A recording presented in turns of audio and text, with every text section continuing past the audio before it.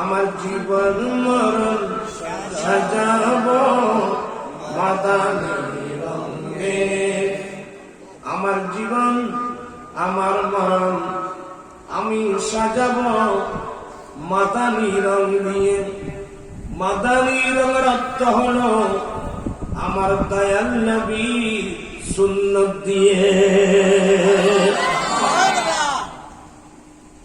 আমার দয়াল নবীর সুন্নত দিয়ে যদি আমরা আমাদের জীবনকে সাজিয়ে নিতে পারি, তাহলে কবরে হাসরে কিয়ামতের কঠিন দিনে আপনার পাশে আমার পাশে কেউ নাই, কিন্তু আমার দয়াল নবী তো থাকবে না। এই বিষয় আছে নাকি? আমার দয়াল নবী থাকবেন তো? অতএব আমি সবার কাছে অনুরোধ থাকবে, বাবা আমাদের হায়াতের বাজেট সীমিত, একেবারে অল্প। কারো 10 বছর, কারো 20 বছর, কারো 30 বছর, কারো 40, কারো 50, কারো 60, 70, 80 না। আমাদের বয়স এখন 65 বছর। এখন বুঝতেই পারলাম না কিভাবে একটু হায়াতটা চলে গেল। আমি বিনয়ের সাথে বলবো, আমরা যারা মুমিন মুসলমান, আমাদের সবচেয়ে বড় সম্পদ ঈমান, দ্বিতীয় নম্বর হলো ইলমে দ্বীন। আপনারা আমার মধ্যে হাদিস শেষ করতে পারবেন ইনশাআল্লাহ? ক্বালা রাসূলুল্লাহ সাল্লাল্লাহু আলাইহি এত জোর না, আদব করে বলবো। ক্বালা রাসূলুল্লাহ সাল্লাল্লাহু আলাইহি ওয়াসাল্লাম ইন্নাল আম্বিয়া লাম ইউরিসু দীনারা ওয়ালা দিরহামা ওয়ালাকিন ওয়ারাসুল ইলমা। বিরক্ত হলেন না? লাগবে বিরক্ত, কারণ আপনারা তো না পড়তে অভ্যস্ত। পড়া উচিত ছিল। আল্লাহ নবী বলেন, মা বোনরা কে কোথায় আছেন শুনুন। আল্লাহ নবী বলেন, হে আমার উম্মত, পৃথিবীর বুকে যতগুলো নবী রাসূল নবুয়তের দায়িত্ব নিয়ে এই পৃথিবীর জমিনে এসেছিলেন, সমস্ত আম্বিকরা এই দুনিয়া থেকে যাওয়ার সময় নিজের পরিবার উম্মত সহ কারোর জন্য একটি দিনার, একটি দিরহামের তরকা মিরাস রেখে যান নাই। আম্বিয়া কিরাম একটি মাত্র সম্পদ রেখে গেছেন, ওই সম্পদের নাম ইলমে দ্বীন। দেখেন, আমার বাবা মারা গেলে ও একটা বিল্ডিং দিয়ে যায়, জায়গা সম্পদ দিয়ে যায়, ব্যাংক ব্যালেন্স দিয়ে যায়। এগুলো বোকামি ছাড়া কিছু না। আমার নবী বলেন, যত আম্বিয়া কিরাম এই পৃথিবীর জমিনে তশরিফ এনেছেন, সমস্ত আম্বিয়া কিরাম এই দুনিয়া থেকে যাওয়ার সময় নিজের পরিবার উম্মত সহ কারোর জন্য একটি দিনার, একটি দিরহাম রেখে যান নাই। আম্বিয়া একরাম একটি সম্পদ রেখে গেছেন, ওই সম্পদের নাম ইলমে দ্বীন। বিরক্ত হচ্ছেন না তো? আমার নবীর সম্পদ ইলমে দ্বীন। মা বাবার সম্পদ বড়, না আমার নবীর সম্পদ বলো।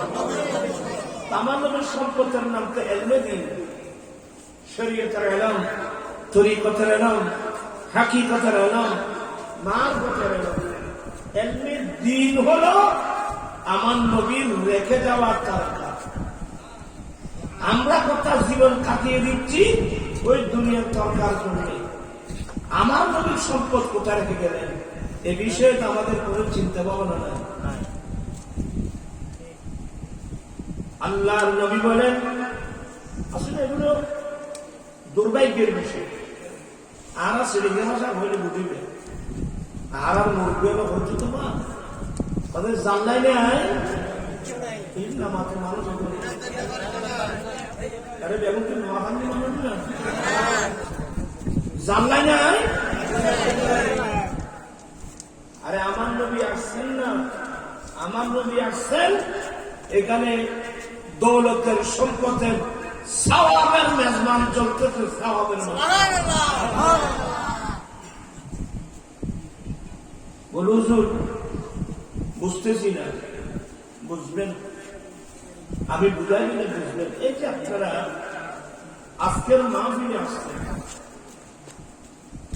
নিয়ত যদি শুদ্ধ করে এসে থাকেন, আজকে হুজুর আসবেন, কোরআন সুন্নাহ বর্ণনা করবেন, শুনবো, শিখবো, আমল করব। এই নিয়ত যদি এসে থাকেন, সবার নাম তালেবে এলমের লিস্টের মধ্যে উঠে দেব।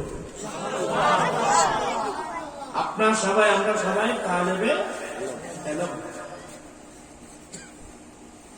পরে যে আনারে বন্ধ করতে পারবে বাবা আয় করা গেল। মানুষ তো বাদি এর মানুষ বুড়ো গেল কেটে মিকে নয় না, এগুলো রেখে দিয়ে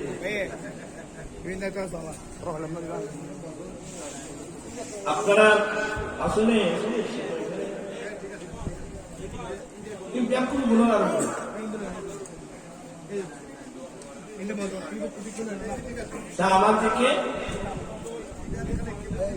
আমার দিকে তাকান।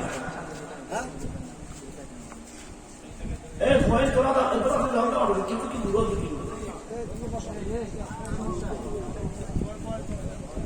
এখন আর বেতন এই আর লাগিয়ে মাছ দিলে তো বুঝবি। আর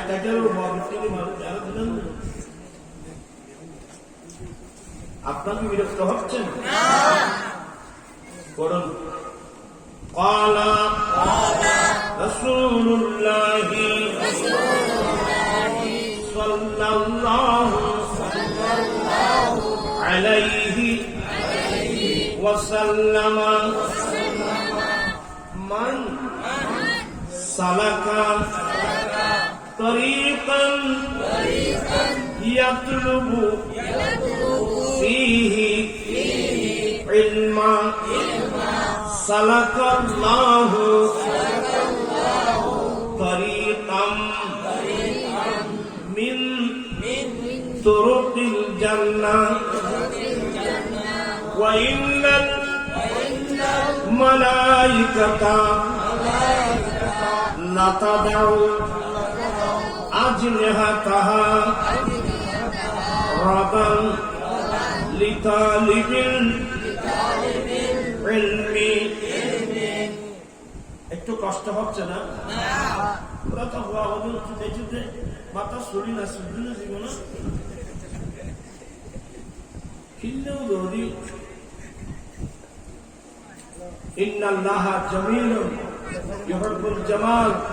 আল্লাহ সুন্দর, আল্লাহ সুন্দরকে পছন্দ করে।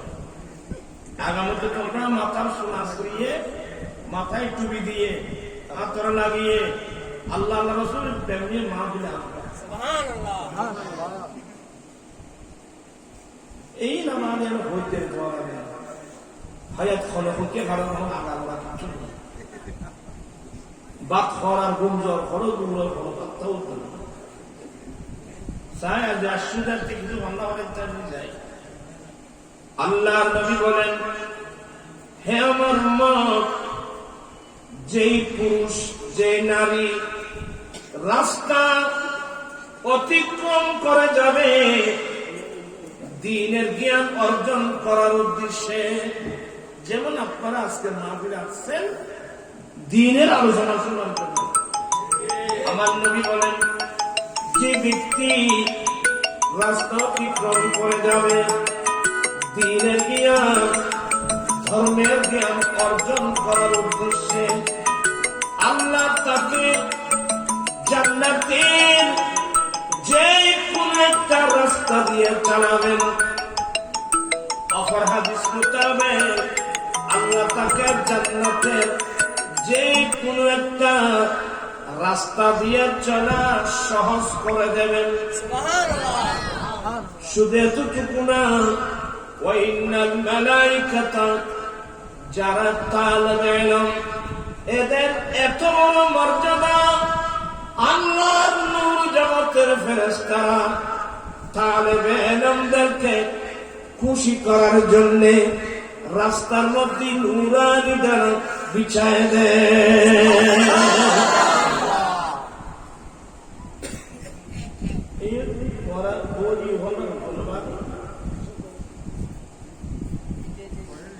কয়েল দিয়ে বন্ধ করে এই দান না পাতায় বন্ধ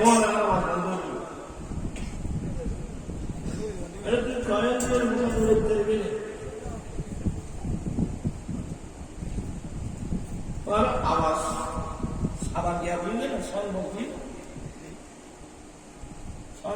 এনে মেঘ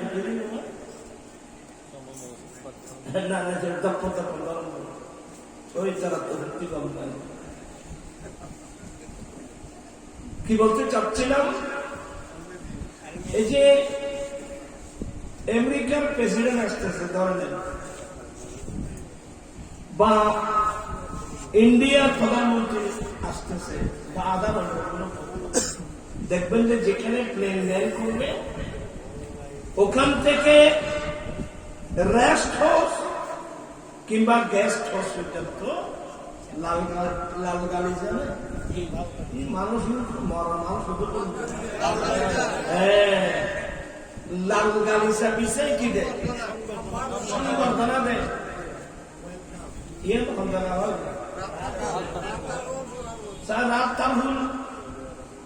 রাতটা ভুল বাসী আপনারা যারা মাহফিল আসছেন, আপনাদেরকে কি দিয়ে সংবর্ধনা দিচ্ছেন এটা তো আমরা শুধু দেখতেছি না, তো এই জন্য সমস্যা। জানলে তো আমাদের এই অবস্থা হতো না। আল্লাহ নূর জগতের ফেরেশতারা নূরানি ডানা বিষয় তাহলে বেলমদেরকে সংবর্ধনা বিষয় আছে। ওই লাল গালিছে তো চোখে দেখা যায়, ফেরস্তা হলে চোখে দেখা যায় না, কিন্তু মোমেন হয় দেখা যাচ্ছে নদী গিয়ে কি করে বিশ্বাস করে। এবার ধর্মান্ধ ধর্মান্ধ ইয়ার ডর বুঝু না নিয়ে ধর্মান্ধ না, ধর্মান্ধ অত্যন্ত আনন্দ থাকা আনন্দ।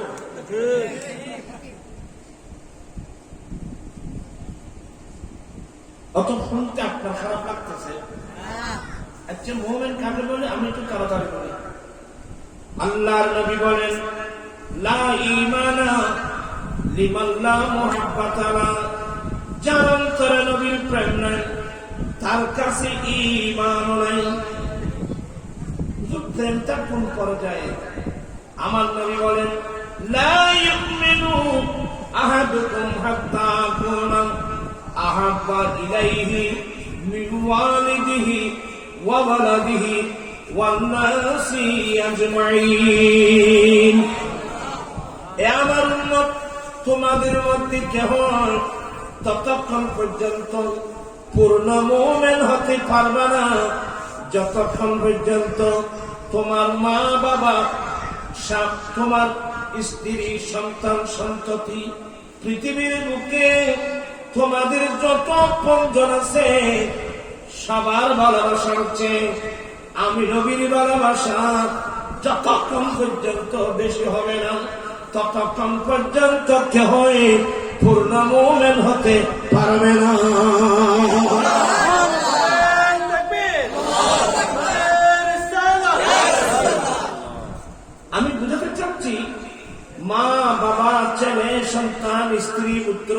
স্ত্রী, দুনিয়াতে আমার যত আপন আছে, আমি সবচেয়ে আল্লাহর নবীকে বেশি ভালোবাসি। তাহলে আপনি মুমিন। তা আপনি যখন সবচেয়ে নবীকে বেশি ভালোবাসবেন, আমাদের ছেলেরা করে না, ভালো যদি বাসতে হয় নবীকে বাসো,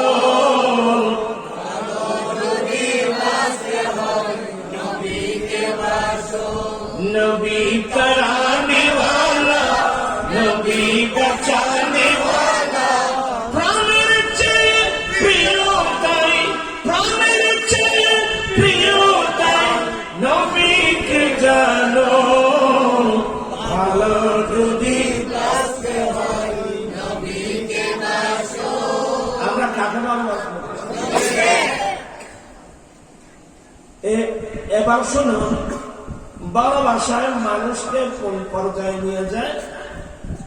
আবু দাউদ শরীফের হাদিস, আমার দয়াল নবী বলেন, আল হুব্বু ইউমি ওয়া ইউসিম, অথবা হুব্বু কাশাই ইউমি ওয়া ইউসিম। ভালোবাসায় মানুষকে অন্ধ করে ফেলে, ভালোবাসায় মানুষকে বধির করে ফেলে। অতএব আমি আমার নবীকে আমার জানের চেয়ে আমি বেশি ভালোবাসি, বিদায় আমি নবীর প্রেমে অন্ধ, নবীর প্রেমে আমি বধি। চিৎকার বলুন।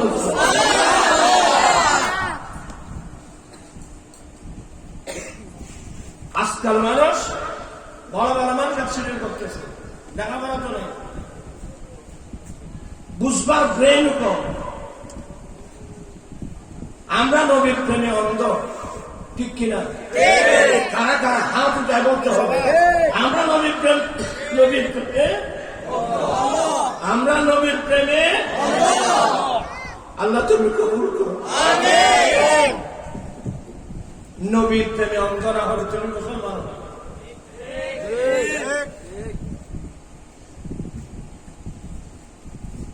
বিরক্ত হচ্ছে, আমি দেখতে পাচ্ছি।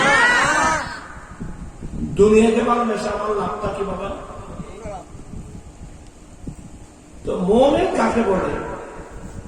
মুমিন বলা হয় আল্লাযীনা ইউমিনুনা বিল গায়ব।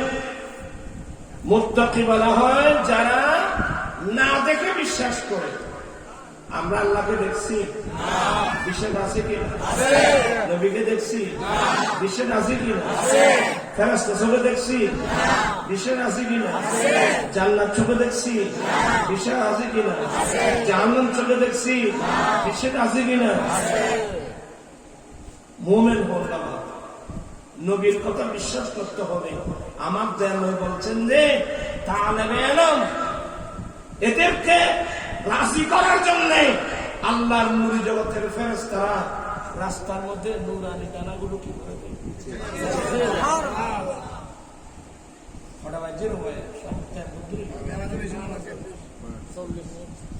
বেশি নয়,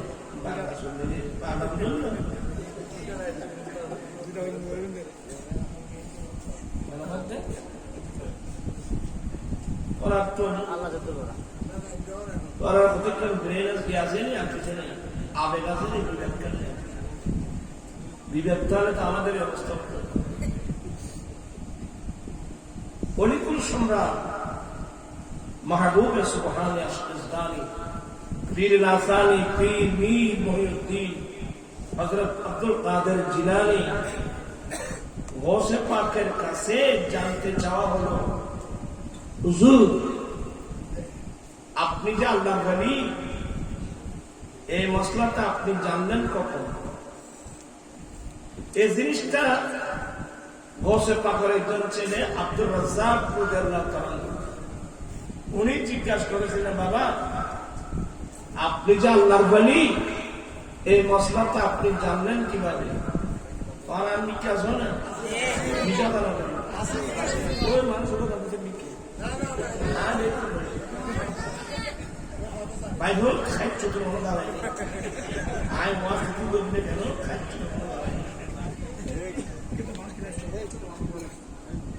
আমার ভাইয়েরা, গৌসে পাকের কাছে ওনার ছেলে জানতে চাইলেন, আব্বা আপনি যে আল্লাহর ওলি, এই মসলাটা জানলেন কখন, কিভাবে? আমার রোষে পাক কি উত্তর দিয়েছিলেন? আমি আব্দুল কাদেরের বয়স যখন 10 বছর, আমি কিতাব বুকে নিয়ে মাদ্রাসায় যাওয়ার জন্য বের হলাম। আমি আব্দুল কাদের ঘর থেকে বের হলাম, কিতাব বুকে নিয়ে বের হলাম মাদ্রাসায় যাওয়ার জন্য। আমি বের হওয়া মাত্রই দেখলাম আমার ডানে বামে আল্লাহর নূরি জগতের ফেরেশতা। দেখেন আমার রোষে পাক 10 বছর বয়সে কুফারের চোখে ফেরেশতা চলে যাচ্ছে। কারণ উনি তো দুনিয়াতে এসে বলি হন নাই, উনি তো মায়ের গর্ভ থেকে আসতে আল্লাহ। কেন? ফ্যাক্টরি যদি উন্নত মানের হয়, প্রোডাকশন ভালো হবে। বসে পাঁচ যে মায়ের গর্ভ দিয়ে দুনিয়া আসছে, ওই মেয়েরা কেমন? আমাদের দেশের মেয়েরা কেমন? আমাদের দেশের মেয়েরা মার্কেটে না গেলে পেটে ভাত হজম হয় না। তোরে কি করে না হলেন না?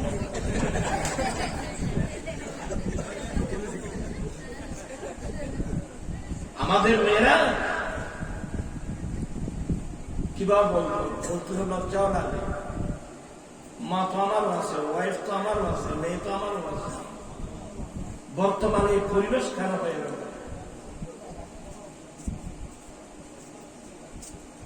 ওরা ভর এত কোথায়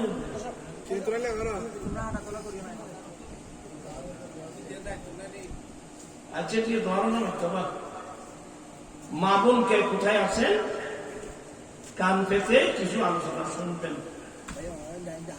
মেয়েরা কি জানে আল্লাহ তাদেরকে কি বানিয়েছেন? মেয়েরা যদি জানতো আল্লাহ তাদেরকে কি বানিয়েছেন, তাহলে এই মহিলারা রাস্তায় রাস্তায় সারাদিন ঘুরত না। মেয়েদের এফেক্ট, যে মায়ের গর্ভ দিয়ে আমরা দুনিয়া আসছি, মেয়েদের এফেক্ট, এটা তো ওলি গৌস কুতুব আবদাল বের হওয়ার একটা ফ্যাক্টরি। এখন তো ফ্যাক্টরি নষ্ট হয়ে গেছে, প্রোডাকশন ভালো হবে করতে। এই জন্যে আমার নবী বলেন, এ আমার পুরুষ উম্মত, খায়রু মাতাইদ দুনিয়া আল মারআতু সালেহা। একজন পুরুষের জন্য দুনিয়ার বুকে সবচেয়ে উত্তম সামগ্রী একজন নেককার স্ত্রী। তোমরা ছেড়ে দেখে বলছি, তোমার জীবনে আমার জীবনে যদি একজন চরিত্রবান, সতীত্ববান, পর্দানশীল যে মেয়ে স্বামীর হক চিনে, আল্লাহর হক বুঝে, নবীর হক বুঝে, এই ধরনের একজন মেয়ে যদি আপনার আমার জীবন সঙ্গিনী হয়, বিল্ডিং আপনার লাগবে না বাবা, ফুটপাথের মধ্যে তাবু গেলে মধুর সংসার করে চলে যেতে পারবেন। হ্যাঁ, আপনি নেককার ছেলে সন্তান বাবা হবেন।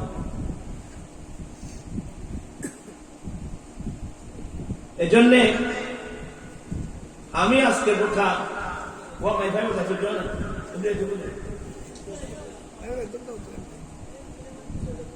হ্যাঁ তোমরা সেরে দাও।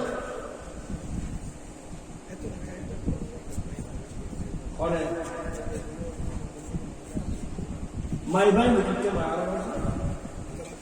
এই মাই ভাবলে 15 বছর থেকে আন্দোলন করছে, যৌতুক বিরোধী আন্দোলন।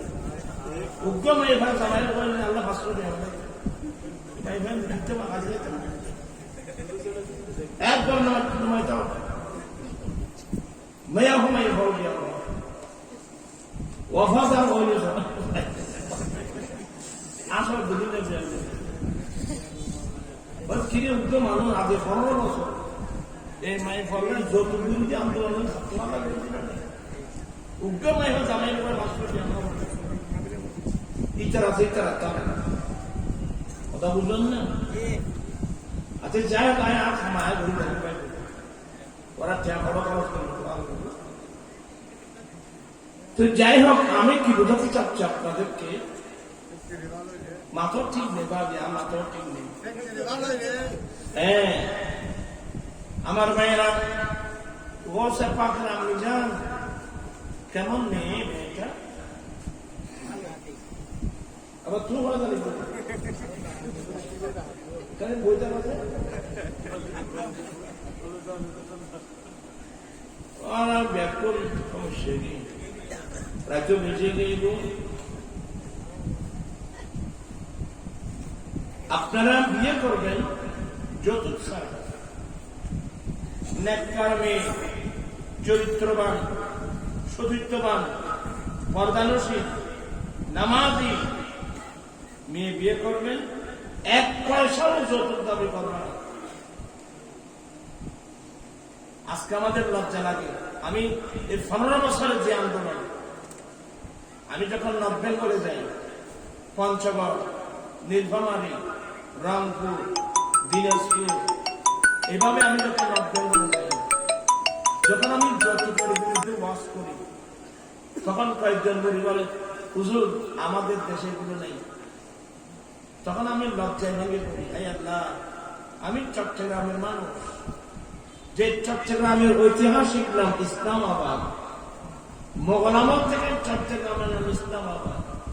আজকে ইসলামাবাদ থেকে ইসলাম বিলুপ্ত হয়ে যাওয়ার পথে অপসংস্কৃতি কুসংস্কার আমাদের দেশকে দখল করে ফেলছে। আজকে হাজার হাজার লক্ষ লক্ষ গরিব করে মেয়েরা উপযুক্ত, যৌতুকের কারণে মেয়েদের বিয়ে হচ্ছে না।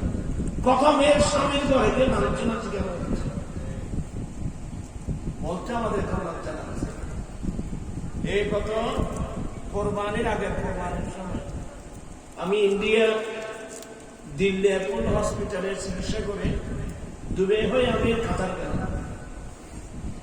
এতে দেখলাম ফেসবুকে হাটাদারির এক জায়গায়, নাম বলবো না, একটা মেয়ে বিয়ে হলো, তো নতুন বিয়ের বাড়িতে মেয়ের বাবা একটা ছাগল পাঠিয়েছে।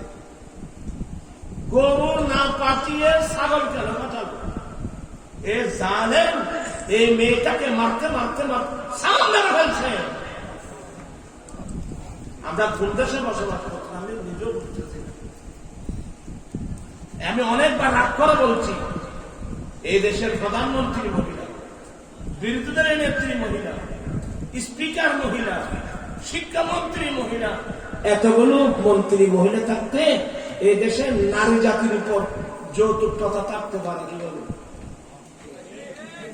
আমি বললাম আজকে 15 বছর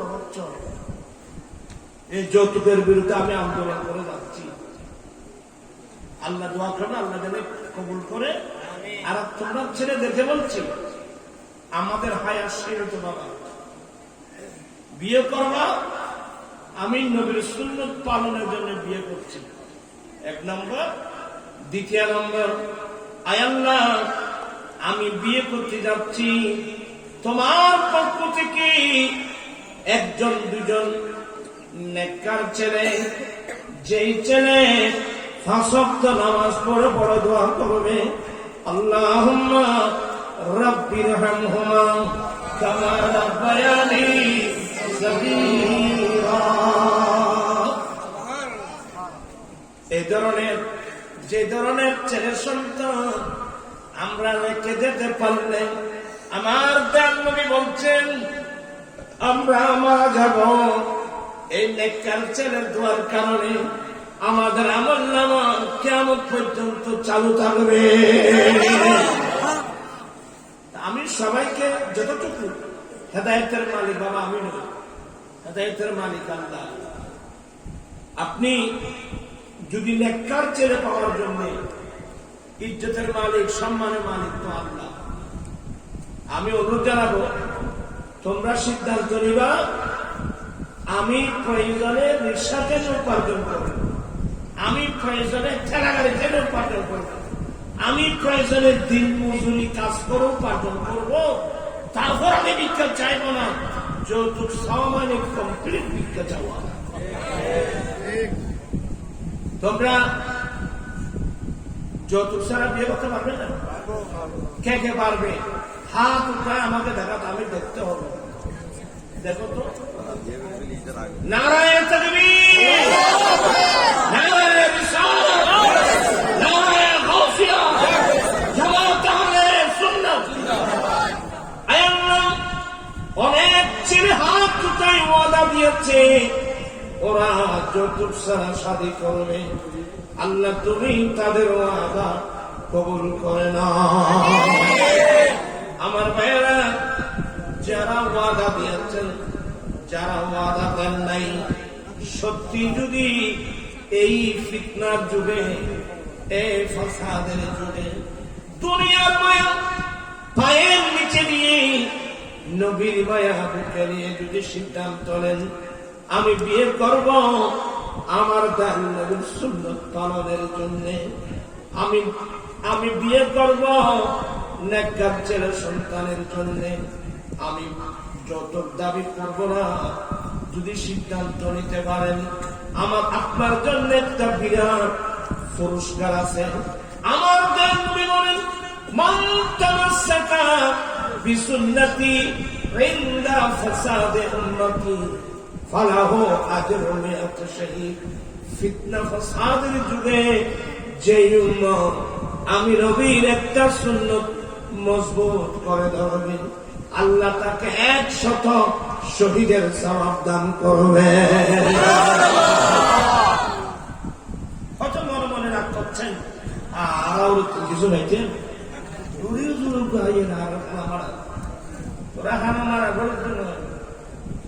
শোনো, আমি গরিব ফ্যামিলির ছেলে, দরিদ্রতার কষ্ট আমার যে তোমরা বেশি বুঝবো।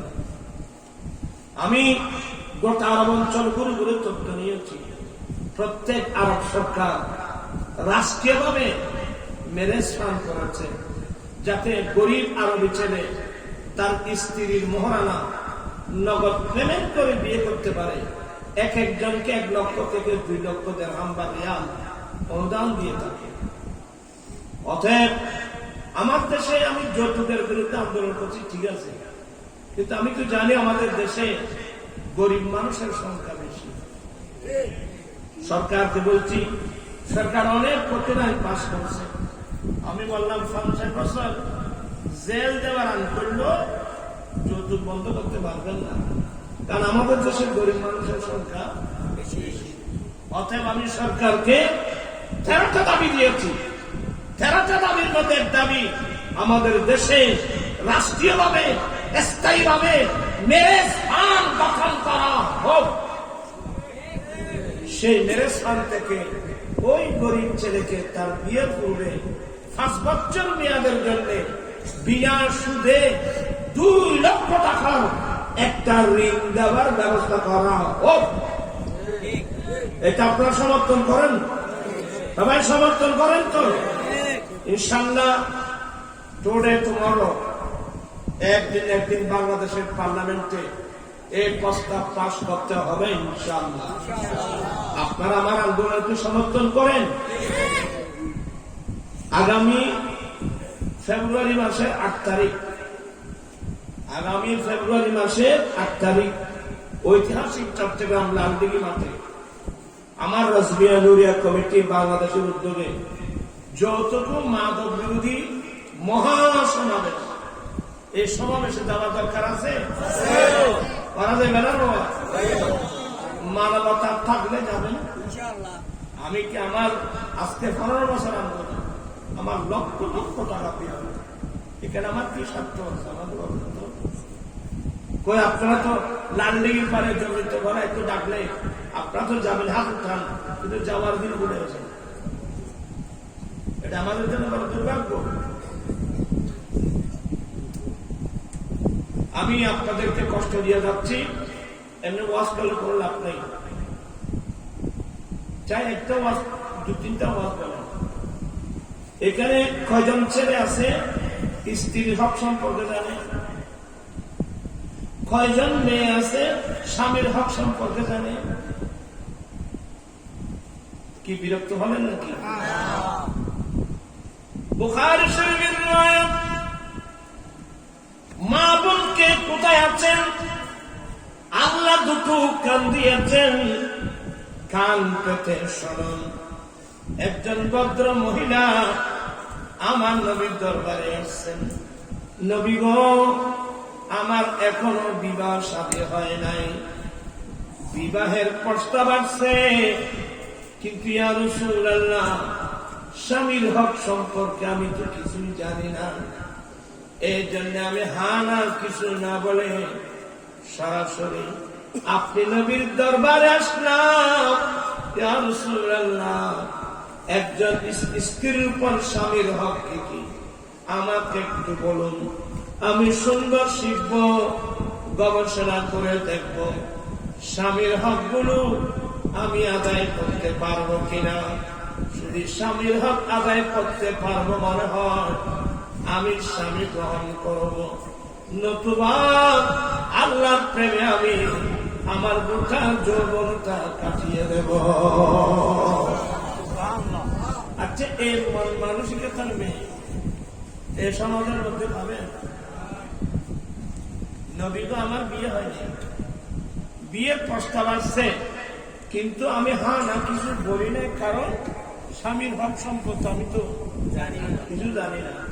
এই জন্য আমি আগে আসছি আপনার কাছে, আপনি বলুন, শুনবো, শিখবো, গবেষণা করে দেখবো, স্বামীর হক গুলো আদায় করতে পারবো কিনা।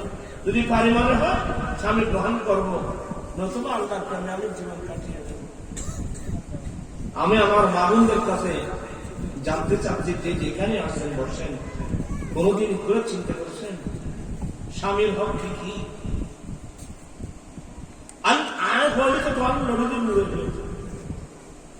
আল্লাহর নবী বলেন, এই মহিলার দল শুনো, তোমাদের উপর তোমাদের স্বামীর প্রথম হক, মেয়েদের উপর স্বামীর প্রথম হক। আপনার কি কান পেতে শুনছেন?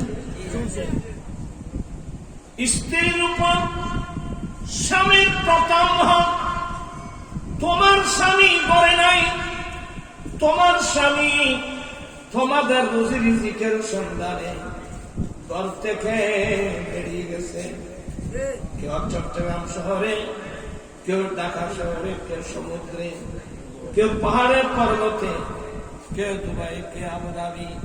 তোমার স্বামী তোমাদের রিজিকের সন্ধানে ঘর থেকে বেরিয়ে গেছে, তুমি ঘরের মধ্যে একলা, তোমার স্বামী ঘরে নাই। তোমার স্বামীর অনুপস্থিতিতে তোমার স্বামী অপছন্দ করে এমন কোন পুরুষকে তোমার স্বামীর বিছানায় বসাতে পারবে না। হুজুর, স্বামীর অপছন্দ মানুষ বলতে কারণ যে সমস্ত পুরুষকে দেখা দেওয়া আল্লাহ হারাম করে দিয়েছেন, তালতো ভাই, খালাতো ভাই, মামাতো ভাই, ফুফাতো ভাই, চাচাতো ভাই, জেঠাতো ভাই, নিজের দুলা ভাই, এমনকি নিজের স্বামীর আপন ভাই, স্বামীর আপন ভাই দেবর যদি বালেগ হয়, বালেগ দেবরকে পর্যন্ত স্বামীর অনুপস্থিতিতে স্বামীর বিছানায় বসানো হারাম, হারাম, হারাম। স্ত্রীর উপর স্বামীর প্রথম হক স্বামীর বিছানার পবিত্রতা রক্ষা করা।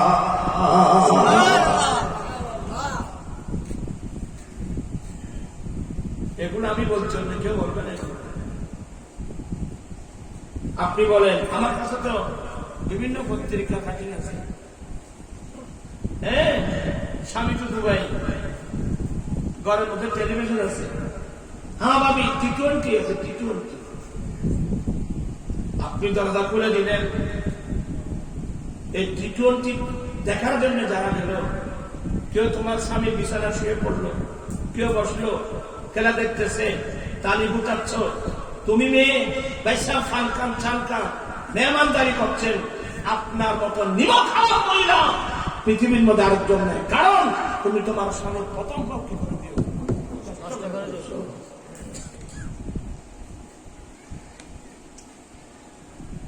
মত কষ্ট হয় বলবেন,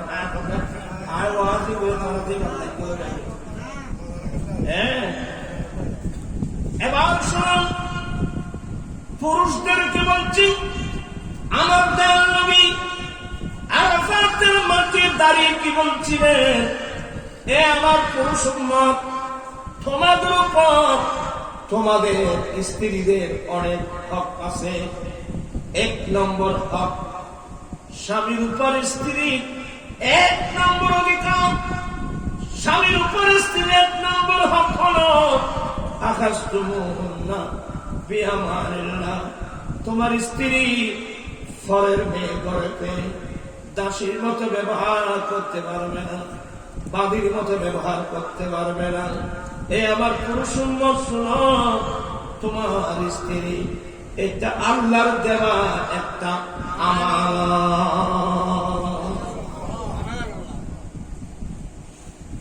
স্ত্রীকে দাসী মনে করা অনেক পরিবারের মধ্যে আছে, নিজের স্ত্রীকে দাসীর মতো বাবির মতো ব্যবহার করে। কথা বলছেন এখানে আপনি? স্ত্রীকে দাসী মনে করা এটা হিন্দু প্রথা। কোন প্রথা? হিন্দু প্রথা। হিন্দু প্রথা। আপনি আমার উপর রাগ করবেন না। এনসাইক্লোপিডিয়া ব্রিটানিকা, এখানে অনেক শিক্ষিত মানুষ আছে, আপনার এগুলো আমার দোষ দিবেন না। এনসাইক্লোপিডিয়া আমি লিখছি, এনসাইক্লোপিডিয়া ব্রিটানিকা এটা ইংরেজি ভাষা, এটা আবার বাংলা একাডেমি বাংলা ভাষায় রূপান্তর করছে। ওখানে ভারতের ইতিহাস লিখতেছে, ভারতের মধ্যে এখনো অনেক গ্রাম আছে যেখানে স্বামীরা জুয়া খেলার মধ্যে নিজের সুন্দরী স্ত্রীকে দিয়ে বাস করে। আমি বলছি না তোমরা ইনসাইক্লোপিডিয়া আমি লিখছি। এখনো ইন্ডিয়ার মধ্যে এমন এমন গ্রাম আছে যেখানে নিজের স্বামী জুয়া খেলার মধ্যে নিজের সুন্দর স্ত্রীকে দিয়ে বাস করে। আমি যদি জুয়া খেলার মধ্যে হেরে যাই, আমার সুন্দর স্ত্রী 3 দিনের জন্য তোর, আর তুই হেরে গেলি তোরটা আমার। আরে ওখানে লিখতেছে, ওখানে এই মোতাবেক যদি হেরে যায় তো তার ওয়াইফকে বলে তুমি 3 দিন, আমি কি করবো, আমি তো বাজি ধরছি, তুমি 3 দিনের জন্য এর কাছে চলে যাও। তখন হিন্দু ধর্মে নাকি স্ত্রী স্বামী নাকি দেবতা তুল্য, এই জন্য স্বামী যাই বলতে হয়, যাই বলে তাই মানতে হয়। ইসলাম নারী জাতিকে ব্যক্তি স্বাধীনতা দিয়েছেন। ইসলাম কি দিয়েছেন? এই দেশের মহিলারা কি জানে ইসলাম সম্পর্কে? জানে? লেখা নেই করোনা চান্দপুর থেকে।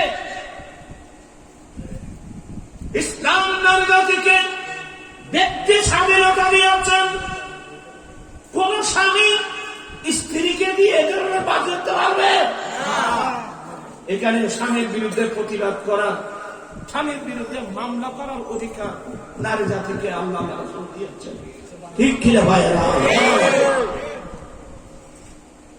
আল্লাহর নবী বলেন, হে আমার পুরুষ উম্মত, তোমাদের উপর তোমাদের স্ত্রীদের কতগুলো অধিকার আছে। 1 নম্বর অধিকার হলো আখাযতুমুহুন্না বিআমানিল্লাহ, তোমার স্ত্রী আল্লাহর দেওয়া একটা আমানত। সবাই আমাকে বেয়াদবি মাফ করবেন, বাচ্চা ছাড়া বয়স্ক মুরব্বী আছেন, বেয়াদবি মাফ করবেন।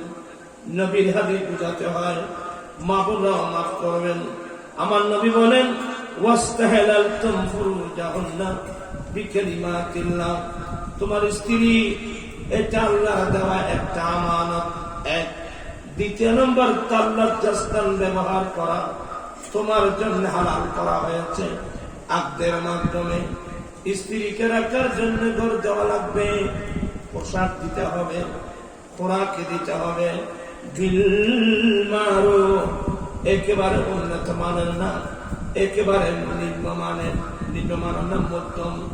এগুলো গবেষণা করলে দেখবেন যে মেয়েদেরকে ফরের ঘরে একজন রাজরানী বানিয়ে দিয়েছে। মেয়েদেরকে ফরের ঘরে রাজরানী বানিয়ে দিয়েছেন আল্লাহ আল্লাহ রসুল। এরা তোমারও চিন্তা করিস না, পয়সা খাওয়ার যায় না, চেয়ার রাখতে ব্যাংক ব্যালেন্স ব্যাংক ব্যাংক রাখতে বহুত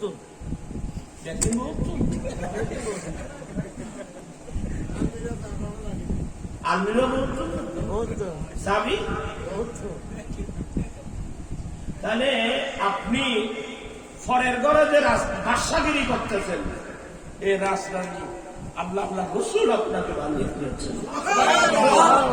ফরের ঘরে যে বাদশাগিরি করতে নাই তোমার দেখতে হতে পাই বলে তোমার বাবা যে এত নেই বল মেরিট চলে তখন করে দিই। আসলে আমরা এগুলো গবেষণা করি না, তো আমরা পড়ি না।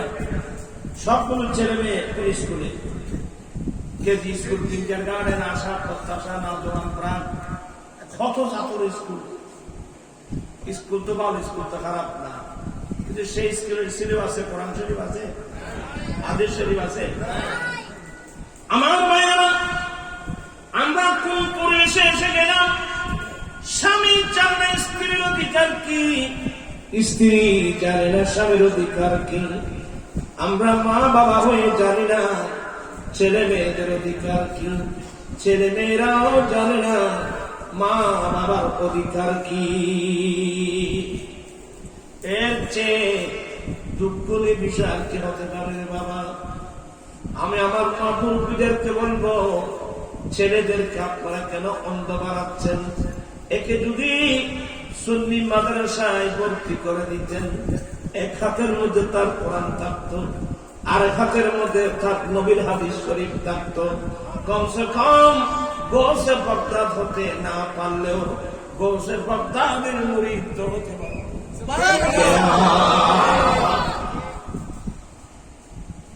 গোসে পাক ইসলাম ধর্মের অলঙ্কার, ইসলাম ধর্মের অহংকার। যারা গোসে পাকের সমালোচনা করো, তোমরা তো ইসলামের কলঙ্ক। আমার গোসে পাক ইসলামের অহংকার, অলঙ্কার হবে না কেন? এদের ইন্টায়ার ফ্যামিলি কোরআন সুন্নাহর বাইরে জীবনে কোনদিন একটা কদম দেয়, একটা কদম। এই যে আব্দুল্লাহ সময় আমার নবীর বংশের লোক। বাবা, আমার একটা মেয়ে আছে, এক নম্বর মেয়েটা খালো, অবস্থা দেখেন তো, মেয়েটা কি অন্ধ, লুলা বাবা। আচ্ছা, এর যে মাই অনেকের আইন করতে রোদ হলে মরা বলো। আমার একটা মেয়ে আছে খালো, অন্ধ, লেঙ্গা, মেলা, এটাকে বিয়ে করলে তো মাফ করবো। আসলে কি কালো মেয়ে? অপূর্ব সুন্দরী, নবীর বংশের লোকেরা। কালো কেন বলল? কারণ আমার মেয়ে বালেগা হওয়ার পর থেকে কোন বেগারা পুরুষ আমার মেয়ের শরীর দেখে নাই। অন্ধ বলা হয়েছে, আমার মেয়ে চোখ কোথায় কোন বেগানা পুরুষের দিকে দেখে নাই। আচ্ছা, এই সমাজে এই ধরনের মেয়ে পাওয়া যাবে? এই ফেসবুক রিপোর্ট করে দিবে,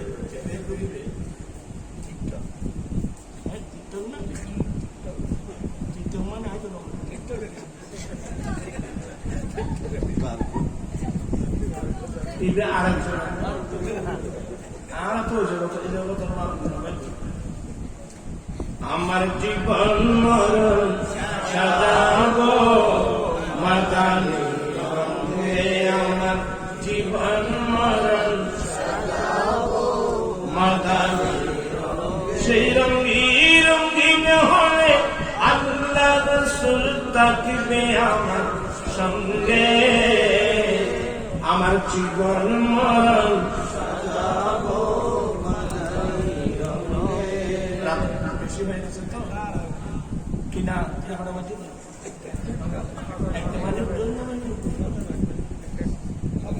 ইনশাল্লাহ আসবে না, কিছু না, বাড়ানো ঠিক হবে না। 5 ওয়াক্ত নামাজ আমি সবাইকে অনুরোধ করবো, 5 ওয়াক্ত নামাজ এগুলো আমাদের উপর ফরজ। কথা বলো কি নামাজ কি? আর এই যুগে শুধু এই যুগে না, মানুষকে অশ্লীল কাজ থেকে ফিরে আনতে পারে একটি ইবাদত, ওই ইবাদতের নাম কিন্তু নামাজ। বর্তমান যে ফাবাসা, এখন তো মানুষ নিজেকে রক্ষা করা খুব কঠিন বিষয়। আমি তোমরা ছেলে মেয়েদেরকে বলছি, আমরা কয়দিন আছি বাবা দুনিয়াতে? আমার বাবা কোথায়, আমার দাদা কোথায়, আমার নানা কোথায়, আমার নানি কোথায়? আমাকে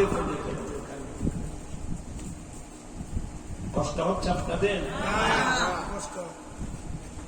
ওই আগে বলছিলাম আমি, এই বর্তমান যুগে যে ফিতনা, যে মোবাইল ইউটিউব যেটা আছে, এখানে দুটো সাইড আছে, একটা ভালো আর একটা খারাপ, কিন্তু অধিকাংশ নারী পুরো খারাপ সাইডটাই। এগুলো দেখলে আমরা যে মানুষ থাকবো, আমার মনে হয় না আকৃতিতে মানুষ থাকবো, স্বভাবগত অধিকাংশ মানুষ চতুষ্পদ জন্তুর চেয়ে আরো নিকৃষ্ট হবে। আর তুমি কিভাবে নিজেকে কন্ট্রোল করবে? আমি এই মুহূর্তের মধ্যে একটা সবক, আসো আমরা অন্তর দিয়ে আমার নবীকে ভালোবাসতে শিখি। আমি প্রায় সময় কবি নজরুলের কথা বলি, এই তোমাদেরকেও বলছি, কবি নজরুল সে কোনো মুহাদ্দিস না, মুফতিও না, মুফাসসির না, সে তো কোনো বাংলা ইংরেজি লেখাপড়া তেমন নেই, 8ম শ্রেণীর মতো পড়ছে নাকি। হ্যাঁ, কিন্তু তার অন্তরটা ছিল বুদ্ধ নবীর প্রেম। তার জীবনে যা লেখছে আমার নবীর প্রেমে লেখছে। তো আসো আমরা যদি এই ধরনের নবীর প্রেমিক হয়ে যাই, নবীর প্রেমে আপনাকে আমাকে যে কোনো অ্যাক্সিডেন্ট থেকে করবে, নজরুল কত সুন্দর সুন্দর করে লেখছেন, মুহাম্মাদের নাম জপেছি বুলবুলি তুই আগে, মুহাম্মাদের নাম জপেছি বুলবুলি তুই আগে, তাই কি তু করতে গান, তাই কি তু করতে গান, এমন মধুর লাগে ওরে, এমন মধুর লাগে, মুহাম্মাদের নাম জপেছিলি বুলবুলি তুই আগে। নজরুল বলছে রে, এ বুলবুলি তুই গানের করতে এত মধুর হচ্ছে, নিশ্চয় তুই আগে মুহাম্মাদের নাম জপেছি। নজরুল কিভাবে বুঝতে পারলেন নবীর প্রেমের মধ্যে সবকিছু নিহিত? এই জিনিসটা বুঝতে হবে। উরি গোলাপ নিরিবিলি নবীর কদম ছুঁয়েছিলি, উরি গোলাপ নিরিবিলি নবীর কদম ছুঁয়েছিলি, সেই কদমের খুশবু আজ, সেই কদমের খুশবু আজ তোরা করে জাগে উরে, তোরা করে জাগে, মুহাম্মাদের নাম জপেছি বুলবুলি তুই আগে, তাই কীর্তু করতে গান, তাই কীর্তু করতে গান, এমন মধুর লাগে ওরে, এমন মধুর লাগে, মোর নবীকে লুকিয়ে দেখে তার পেশালির জুতি মেখে, পুরি গভীর অনুরাগে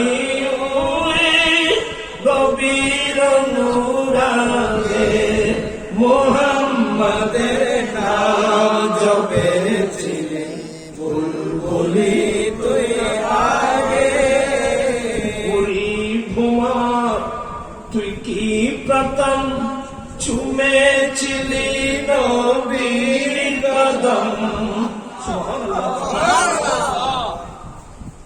বোমর বোমর ছিলেন বোমর তখন ফুলের কাপড়িতে বসে মধু হারান করে তখন একটা আওয়াজ করে এটা বলতেছে ওরে বোমর তুই কি প্রথম চুমেছিলি নবীর কদম গুনগুনিয়ে সে খুশকি গুনগুনিয়ে সে খুশকি জানাস রে গুলবাগি ওরে জানাস রে গুলবাগে মোহাম্মদের নাম জপেছিলি বুলবুলি তুই আগে আমার লাশ কথা আসো আমরা অন্তর দিয়ে আমার নবীকে ভালোবাসতে শিখি এই আলাদার জীবনে দেখেন না গোসে পাকের জীবনে পড়েন না গরিব নওয়াজের জীবনে পড়েন না এরা দুনিয়া থেকে এদের কোনো খেয়াল ছিল আর বর্তমান যে ফিতনার যুগ এই যুগে যদি নবীর প্রেমিক না হও তুমি যে কোনো মতের অ্যাক্সিডেন্ট করে ফেলবে আর আমি লাস্টে একটা লজ্জাকর বিষয় বলছি তোমরা যে ছবিগুলো রাতের 3-4 পর্যন্ত দেখো তো তোমার ঘুম আসতেছে না আর তোমার মা বাবা বলবেন আমি বলছি লজ্জা বের করছি তোমরা এই জানাবা বিচারের চিত্রগুলো কেউ দেখবা না এগুলো দেখলে তোমার মাথা থেকে পা পর্যন্ত তোমরা যৌনাঙ্গ সক্রিয় হয়ে যাবে তোমার বীর্যগুলো তুমি ধরে রাখতে পারবে না এই বয়সে যদি তুমি তোমার বীর্য নষ্ট করো তুমি যখন দাম্পত্য জীবনে যাবে তোমার ওয়াইফের কাছে ব্যর্থ হবা তোমার ওয়াইফ ফরকে প্রেমে করবে শুরু হয়ে যাবে তোমার জীবনে সংসারের মধ্যে অশান্তির আগুন আমি কি বুঝাতে পারলাম আমি নিজের ইচ্ছার মতো করে লজ্জা মেনে এই কথাগুলো বলছি বলে কেউ বলবে না এই সমস্ত গুলো দেখবে না মেয়েদেরকে সতর্ক করছি আপনাদেরকে সতর্ক করছি এরপরে যে কারো নসিব খারাপ হয় আমার কিছু করার আমি কি তোমরা ছেলেদেরকে বোঝাতে পারলাম এগুলো কেউ বলবে না বাবা আমি আল্লাহ তোমাকে বাধা করে বলছি আসুন না নবীর অন্তরকে ভালোবাসি আসুন নবী একটু সালাম দেন ইয়া নবী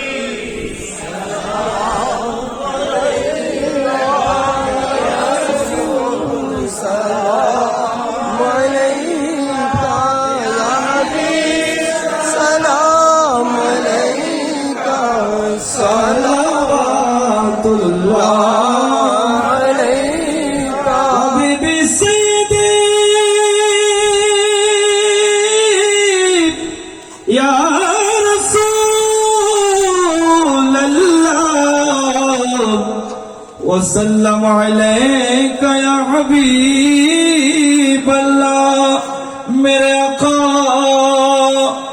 ملک خاص کبریا مالک ہر ماں سوا کوئی کیا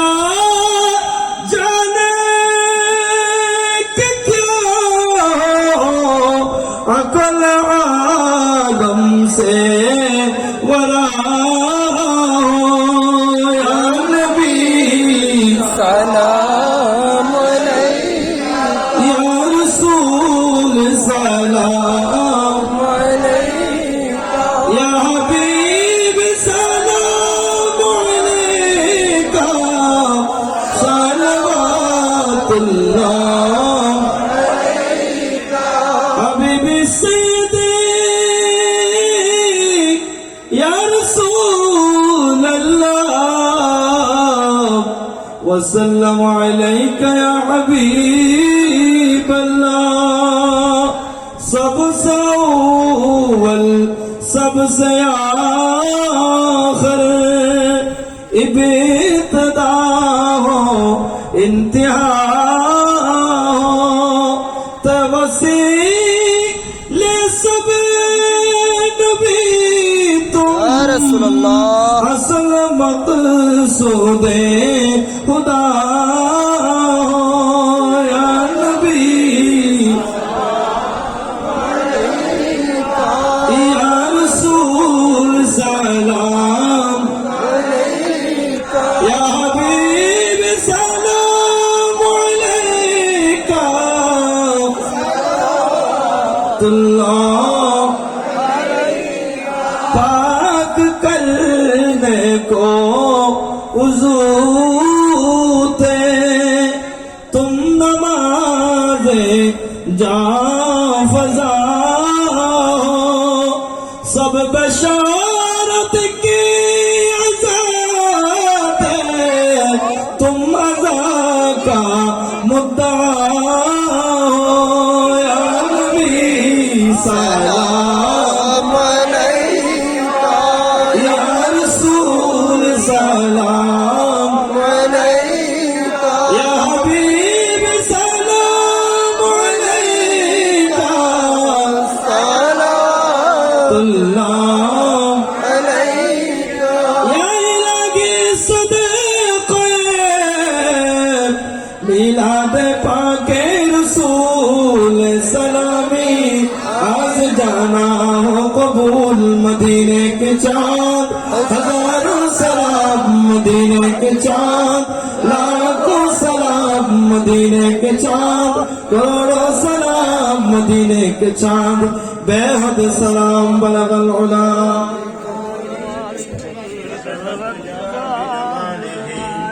حسنت جميع خصاله صلوا عليه بلغ العلا بكماله كشف الدجى بجماله حسنت جميع